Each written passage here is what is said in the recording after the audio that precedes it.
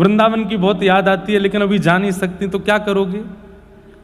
जिस दिशा में वृंदावन है, मेड़ता से वृंदावन जिस दिशा में है, उस दिशा की ओर नित्य प्रणाम किया करो, उस दिशा की ओर बैठी रहा करो, उस दिशा को ही देखती रहा करो। और बहुत ज्यादा याद आवे तो पत्र लिखा करो, और पत्र लिख करके वृंदावन जाने वालों के हाथ वृंदावन भिजवा दिया करो।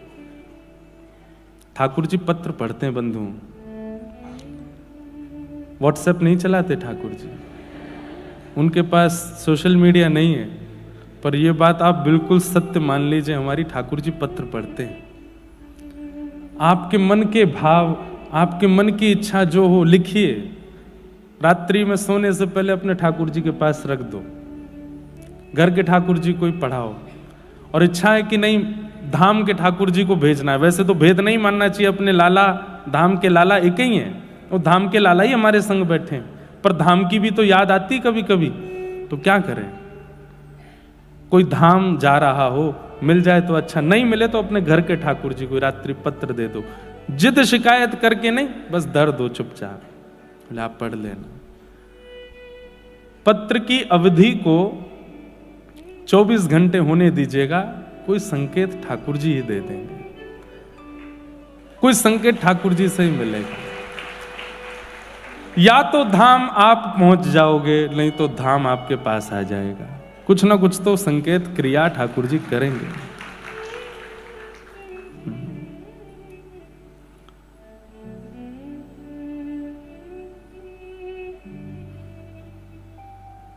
ऐसे मीराबाई,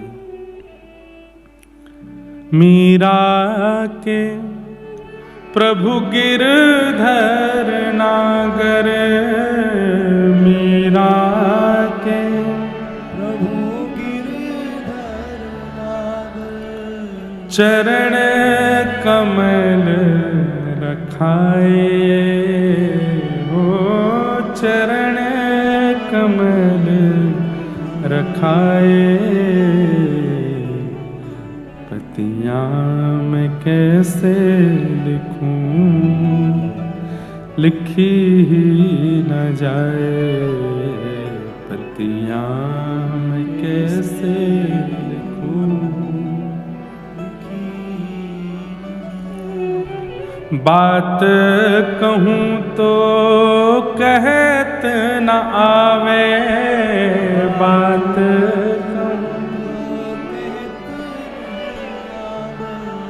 क्यों जियरा रयो है डराए, हो जियरा रयो है।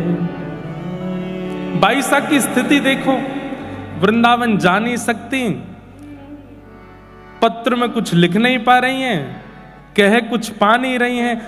बंधुओं, प्रेम की जब हृदय में ज्वार भाटा आता है ना, तो बस मन होता है वो कहीं प्रकट हो, कहीं कह दिया जाए, किसी को सुना दिया जाए, पर बाईसा के सारे द्वार बंद हैं, ना तो जा सकती है, ना लिख सकती है, ना बोल पा रही है। तब उस दिशा की ओर जाने वाले पक्षियों को, उस दिशा की ओर जाने वाली हवा को, उस दिशा की ओर जाने वाले लोगों को ही कह देती हैं, कुछ मत कहिएगा, बस कह देना कि एक मीरा है जो आपको याद करती है, धाम को प्रणाम कर देना मेरी ओर से। विपत हमारी देख तुम चाले, विपत हमारी हो कहियो हरि जो सो जाए, हो कहियो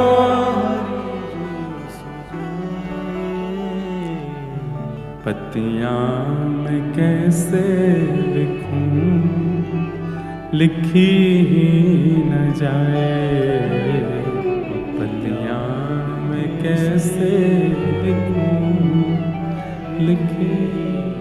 मेरी अवस्था तो देख ली है आपने, बस हरि को जाके बता देना कि मेरी अवस्था क्या है, मेरी स्थिति क्या है।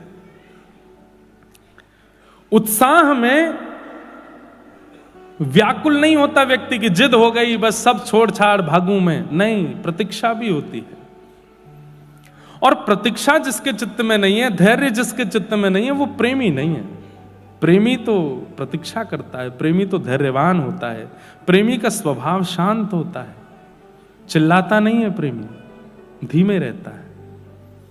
उसका मुखमंडल, उसके नेत्र, उसकी वाणी, उसके शब्द इतने गंभीर होते हैं कि सामने वाला व्यक्ति विचलित नहीं होता उसकी बातों से या भावों से। ये प्रेम का स्वरूप है। आपका उद्देश्य कथा सुनने के पीछे, भक्ति मार्ग के पीछे क्या है मुझे नहीं पता, पर मेरा उद्देश्य स्पष्ट है। हम ठाकुर जी से ना कुछ मांग रहे हैं, ना ठाकुर जी को मांग रहे हैं, हम खुद को देते हैं और बस प्रेमी बनकर के दे रहे हैं। और उसके लिए जो संभव होगा सब करेंगे कि हम ठाकुर जी को भा जाएं, बस वो हमको प्रेमी मान करके स्वीकार कर लें। कथा सुनने वालों से भी हमारी यही प्रार्थना, इसी भाव में रहो। जीवन में दुख आवे, दारिद्र आवे, कष्ट आवे, विपत्ति आवे, संकट आवे, सुख आवे, सब परिस्थितियों को प्रसाद मान के स्वीकार करो, पर अपना उद्देश्य मत भूलो। उद्देश्य क्या है, उस उद्देश्य पर अटल रहो। ये सब तो संसार का स्वरूप है। ये हम एक बात कहते हैं, संसार क्या है? दुखालयम शाश्वतम। ये दुखालय है। जैसे पुस्तकालय होता है, भोजनालय होता है, कार्यालय होता है, संसार का नाम दुखालय है। यहां पर दुख ही मिलना है, पर वो दुख, संसार अपना काम कर रहा है आपको दुख देने का, सुख देने का, पीड़ा देने का, आनंद देने का। उसको करने दो जो कर रहा है संसार। आप अपना उद्देश्य मत भूलो। आपका उद्देश्य क्या है? हरि चरणार विंदों की प्राप्ति, और उसके लिए आप लगे रहो। ये संसार तो रोकेगा आपको, टोकेगा आपको, आप मत रुको। कल हम लोगों ने श्रीमद् भागवत जी के प्रथम स्कंद का श्रवण किया, आज महात्म का श्रवण किया। आज प्रथम स्कंद से कथा का प्रारंभ करते हैं। एक बात और कह दूं बंधुओं, आप लोग इतनी संख्या में आए हैं, आ रहे हैं, बहुत अच्छा है। निश्चित ही आप सबके चित्त में कई जिज्ञासाएं भी होंगी, भक्ति संबंधी होगी, अपनी सेवा के संबंधी होगी, तो वो जिज्ञासा का समाधान भी होना चाहिए। तो आप अपनी जिज्ञासाएं लिख करके मंच पर पंडित जी को पहुंचवा दिया कीजिए। ऐसे कथा के बीच में नहीं, लिख करके, है जिज्ञासा है, हाँ तो पहुंचवा दो। तो हम कथा में जब आएंगे उस समय आपकी सबकी जिज्ञासाएं देख लिया करेंगे। जिसकी अनुकूल लगेगी और जिसकी जिज्ञासा में ऐसा होगा कि इतने लोगों को उत्तर मिलेगा, उसकी जिज्ञासा हम बोल दिया करेंगे। तो आप लोग अपने प्रश्न कर लिया कीजिए। ये अवसर मिला है, इसको जाने मत दीजिए। अब कहीं पता चली कल 6000 जिज्ञासा आ गई, एक ने भी नहीं छोड़ा, फिर क्या करूंगा मैं? तो ऐसे भी नहीं। एक इसके दो रूप समझिएगा। कोई प्रश्न बहुत दिनों से सता रहा है और होना चाहिए आध्यात्मिक, व्यवहारिक नहीं, संसारिक नहीं, आध्यात्मिक। बहुत दिनों से सता रहा है, मन में आ रहा है कि इसके समाधान से मेरी भक्ति में वर्धन होगा, मुझे कुछ नॉलेज प्राप्त हो, ऐसे प्रश्न भी मत कीजिए। वो जितना आपको यहाँ प्राप्त हो रहा है, जितना आपको संत जन महापुरुषों की कथा में मिल रहा है, उतना ही लीजिए। उससे अधिक की आवश्यकता के लिए, नॉलेज के लिए कोई प्रश्न मत कीजिएगा। प्रश्न वो करना जिससे भक्ति में वर्धन हो, आप अपनी भक्ति में और आगे बढ़ सको। ऐसे प्रश्न जिज्ञासा के रूप में करो।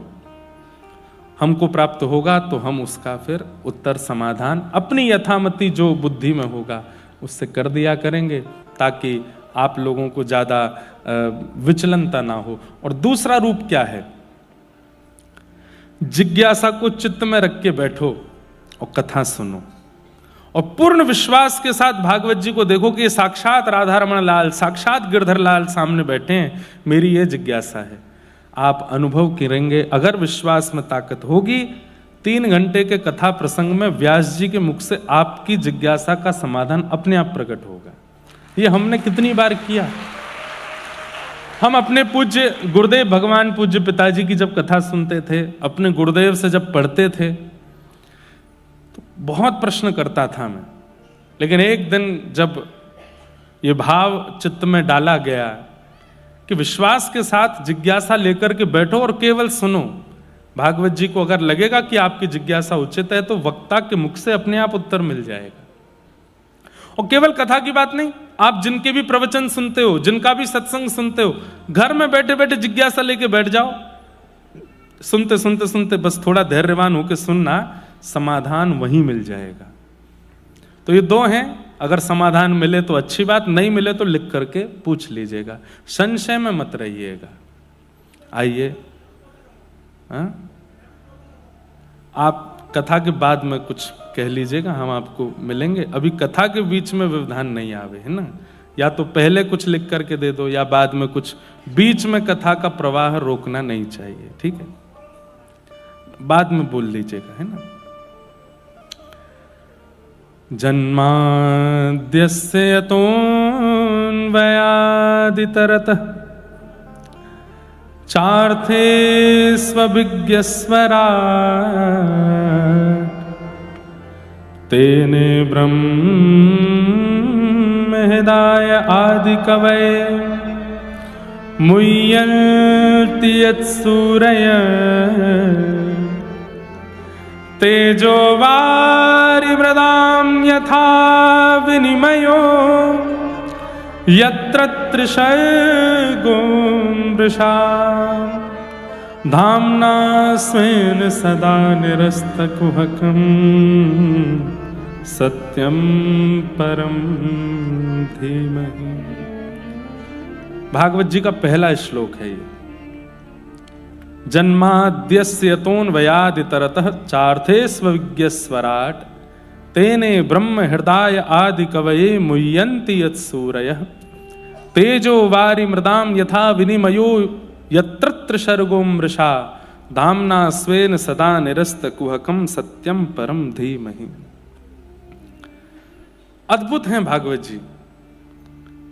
श्रीमद् भागवत जी का वाचन करने वाले की वाणी में विद्वत्ता हो एक बात, उसके चित्त में वैराग्य हो दूसरी बात, पर उसके चित्त में भावना भक्ति की हो ये विशेष बात। एक बार कोई श्रीमद् भागवत जी कथा कर रहे थे, अच्छे विद्वान थे, परंतु कथा सुनते सुनते एक व्यक्ति भाव विभोर हो गया और भाव विभोर होकर के रुदन करने लगा। कोई उसने डिस्टर्ब नहीं किया किसी को, बस वो बैठ करके वहां रुदन करने लगे। तो वक्ता जो थे वो ज्ञान परक कथा करते थे, भावना परक उनकी नहीं थी। तो क्रोध में भर के उन्होंने देखा है उसको, बोले सुनो भाई ये रोना धोना करना है तो बाहर जाओ, यहां बैठ करके रोना नहीं है। जबकि उनके विलाप में स्वर भी नहीं था, वो केवल अश्रुपात कर रहे थे। लेकिन वक्ता को लगा कि भाई ज्ञान की बात है, यहां पर ये भावना ये रोना धोना क्यों। वो जो श्रोता थे उनको बाहर भेज दिया। ये प्रसंग गया श्रीमंत चैतन्य महाप्रभु के पास। महाप्रभु जी को बड़ी पीड़ा हुई। बोले वो विद्वान तो हैं, कथा के वक्ता तो हैं, लेकिन भावना युक्त व्यक्ति को कथा से ऐसे दूर कैसे कर सकते हैं। बहुत दिन तक तो कुछ बोले नहीं, पर एक दिन, क्योंकि चैतन्य महाप्रभु श्री राधा कृष्ण मिलित तनु हैं, दोनों का मिलित स्वरूप है, तो कभी कभी उनको आवेश आ जाता था। एक दिन आवेश में आकर के कथा में पहुंच गए और व्यास जी को इतना डांटा इतना डांटा। बोले भागवत जी कहने का तुम्हारा अधिकार नहीं है, तुम विद्वान हो, तुम वैराग्यवान हो, तुम सर्वगुण संपन्न हो, पर तुम्हारी चित्त में प्रेम नहीं है, इसलिए तुम इस मंच पर बैठने के अधिकारी नहीं हो। इतना डांटा, वो बेचारे घबरा गए। सबने महाप्रभु जी को भाव में देखा था, आज क्रोध में पहली बार देखा। महाप्रभु जी को सब लोग वहां से लेकर के गए। क्रोध में वो तो ताम्रवर्ण हो गया था उनका। थोड़ी देर बाद जब भावावेश शांत हुआ तो महाप्रभु जी बोले क्या हुआ था। तो सबने बताया। बोले आपने कथा में जाकर के व्यास जी को डांटा। महाप्रभु जी रोने लगे। ये तो अपराध है। व्यासाय विष्णु रूपाय, व्यास तो विष्णु रूप होता है, उसको हमने कैसे ऐसी बात बोल दी। अभी चलो अभी चलो, मुझे लेके चलो, मैं क्षमा मांगू। और थोड़ी देर बाद ही महाप्रभु जी आए और रोते हुए आके उनको हृदय से लगाया, मुझे क्षमा कर देना, मैंने आपको ऐसा बोला। तो व्यास जी घबरा के बोले आप दूर ही रहो, अभी तो आके मेरे को इतना सुना रहे थे और अब इतने भावना में आ गए आप। तो महाप्रभु जी ने उनको हृदय से लगाया, बोले ऐसी बात नहीं, पर मैं आपको एक बात कहूं। बोले क्या। अच्छा हुआ कि ये घटना हुई। क्यों। आपसे एक वैष्णव अपराध बन गया था। आपने कथा में एक श्रोता को रोते विलखते देख उनको कथा से दूर किया, जबकि उनकी कथा से किसी को दिक्कत नहीं हो रही थी सुनने से। एक होता है कई श्रोता ऐसे हो जाते हैं कि वो महाराज भावना तो क्या ही आसपास के लोगों को सुनने भी नहीं देते। कई बार कई जगह कथा होती है, वहां पे देवी देवता भी आ जाते हैं लोगों में, वो इधर उधर वालों पे बाल बाल छिड़कते हैं, गिरते हैं इधर उधर, ऐसा होता है। ऐसा नहीं। भावना, एक बात और कहूं, संसार के लिए जब विलाप होता है ना तो व्यक्ति बेचैन होता है, पर ठाकुर जी के लिए जब विलाप करता है ना तो वो स्थिर हो जाता है। उसका शरीर फड़केगा नहीं, फिर वो स्थिर रहेगा। नेत्रों में अश्रु होंगे पर मुख से स्वर नहीं होगा। महाप्रभु जी ने समझाया कि तुम्हारा वो दोष दूर हो गया मेरे रोष करने से, अब आप चिंता मत करो, पर अब हमारी आज्ञा प्रेम से स्वीकार करो। कथा में प्रेम चित्त में धारण करो, भक्ति चित्त में धारण करो, भावना से कथा कहा करो। श्रीमद् भागवत प्रेम का विषय है। कथा सुनने के बाद यदि आपके चित्त में प्रेम प्रकट नहीं हुआ, आप अब भी दोष देखते हैं, अब भी दूसरों के अंदर आपको कमियां दिखाई देती हैं, अब भी ईर्ष्यावान आप बने हुए हैं, तो आपने कथा नहीं सुनी है। कथा सुनने का प्रमाण क्या है? आपके चित्त में प्रेम प्रकट हो जाए। कथा सुनने का प्रमाण क्या है? अब आपके शब्द घट जाएं। पहले बहुत बोलते थे, अब कम बोलते हैं, थोड़ा बोलते हैं, अल्प बोलते हैं, शांत रहने की इच्छा होती है। कथा सुनने का अभिप्राय क्या है? ये सब चित्त में प्रकट होना, सहजता, सरलता, दीनता, निर्मलता, ये सब आपके चित्त में, अगर कथा, अनेक सत्संग श्रवण करने के बाद भी ये परिवर्तन आपके चित्त में नहीं आया तो फिर क्या कथा सुनी आपने? जीवे दया नामे रुचि, महाप्रभु जी कहते हैं जीव के प्रति दया और नाम के प्रति रुचि ये बननी चाहिए। कथा सुनने वाला, सत्संग निरंतर करने वाला व्यक्ति ऐसा ही हो जाता है, धैर्यवान, दीनवान, थोड़ा अल्प शब्दावली का प्रयोग करने वाला, परिस्थिति कैसी भी हो एक रस रहने वाला, ज्यादा विचलित ना होने वाला। ये कथा सुनने वाले का स्वरूप होता है। लेकिन खूब कथाएं सुनी, खूब प्रवचन किया, फिर भी दोष नहीं गया, दूसरे के प्रति ईर्ष्या की भावना नहीं गई, क्रोध में कटौती नहीं हुई, शब्दावली घटी तो नहीं और बढ़ गई। कई लोगों में ऐसा होता है, कथा बहुत सुनने से उनके अंदर भी इच्छा हो जाती है हम भी कथा करें। अब हमने बहुत सुन लिया, अब हम सबको सुनाएं। हमने बहुत सुना, अब हमारी सुनो, अब हम क्या कह रहे हैं।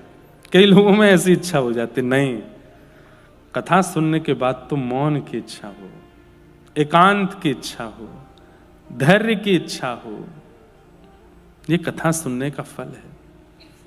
और बंधुओं, ये सारे परिवर्तन 7 दिन बाद होंगे नहीं, जैसे जैसे कथा चलेगी वैसे वैसे होते रहेंगे। एक एक घंटे में परिवर्तन होता रहेगा।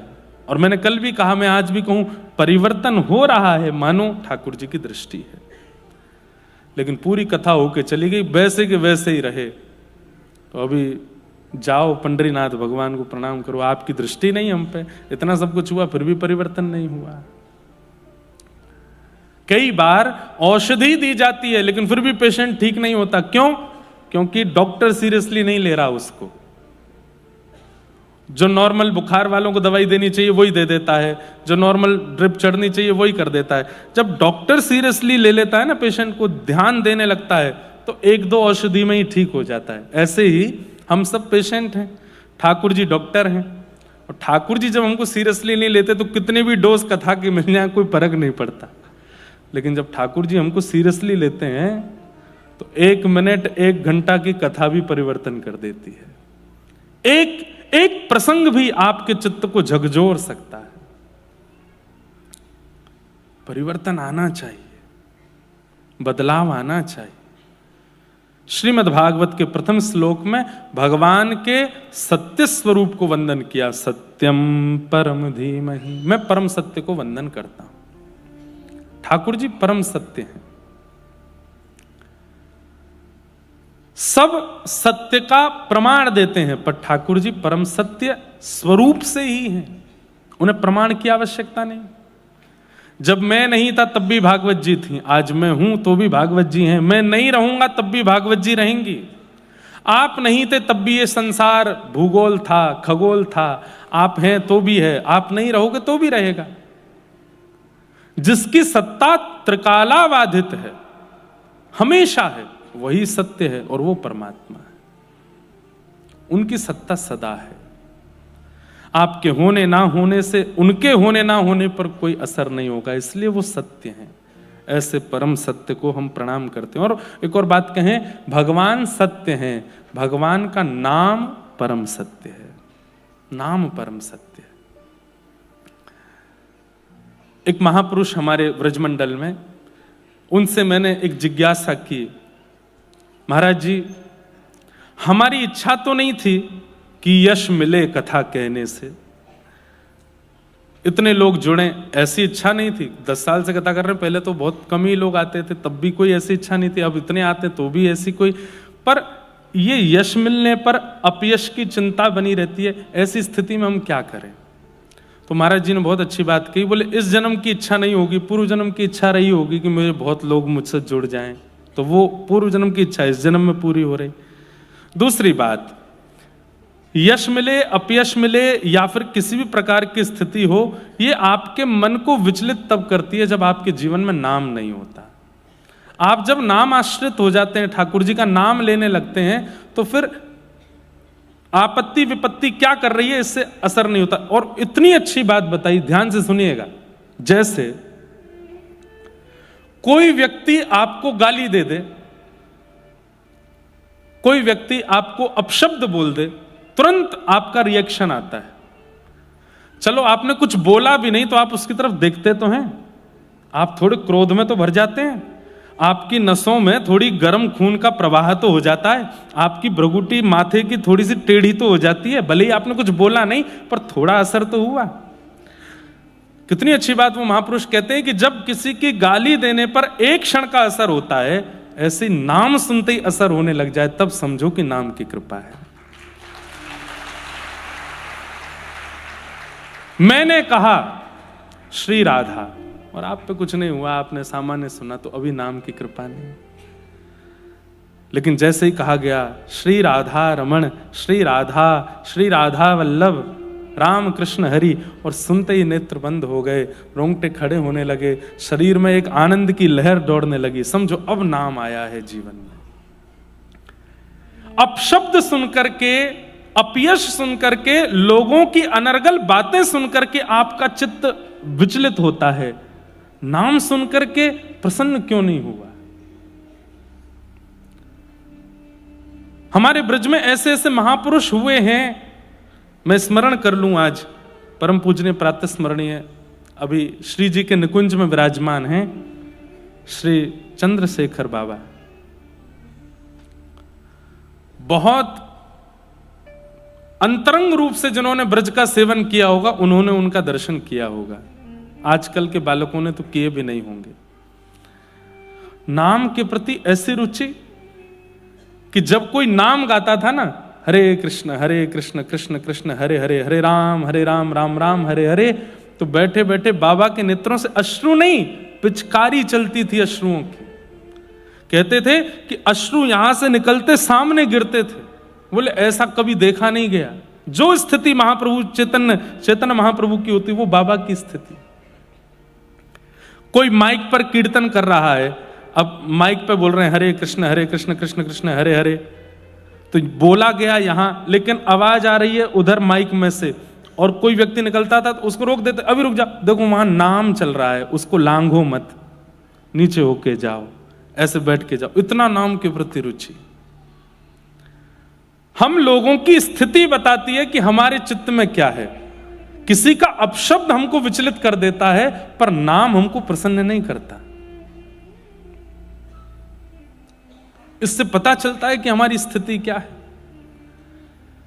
स्थिति ऐसी बना लेनी है कि आप मुंबई में रहते हैं, बड़ी बड़ी बिल्डिंग्स हैं यहां पर, और कहीं से आपको नाम सुनाई दे जाए तो आपसे भोजन ना बन पाए, आपसे अपना काम ना हो पाए, आप अपने आप को रोक ना पाए, बस मन हो चलें और जाके एक बार उसको देख हमें जो ये नाम गा रहा है, तब समझो नाम की कृपा है आपके ऊपर, नाम आपके भीतर विराजमान है।